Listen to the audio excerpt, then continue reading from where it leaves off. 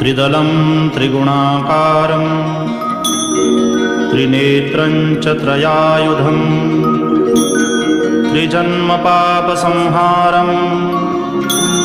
एकबिल्वं शिवार्पणम्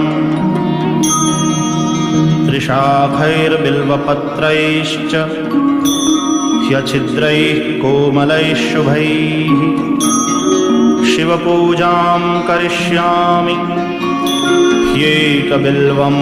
शिवार्पणम्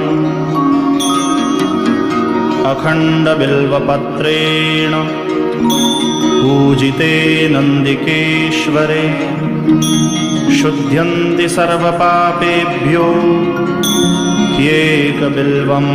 शिवार्पणम् शालिग्रामशिलामेकां विप्राणां जातु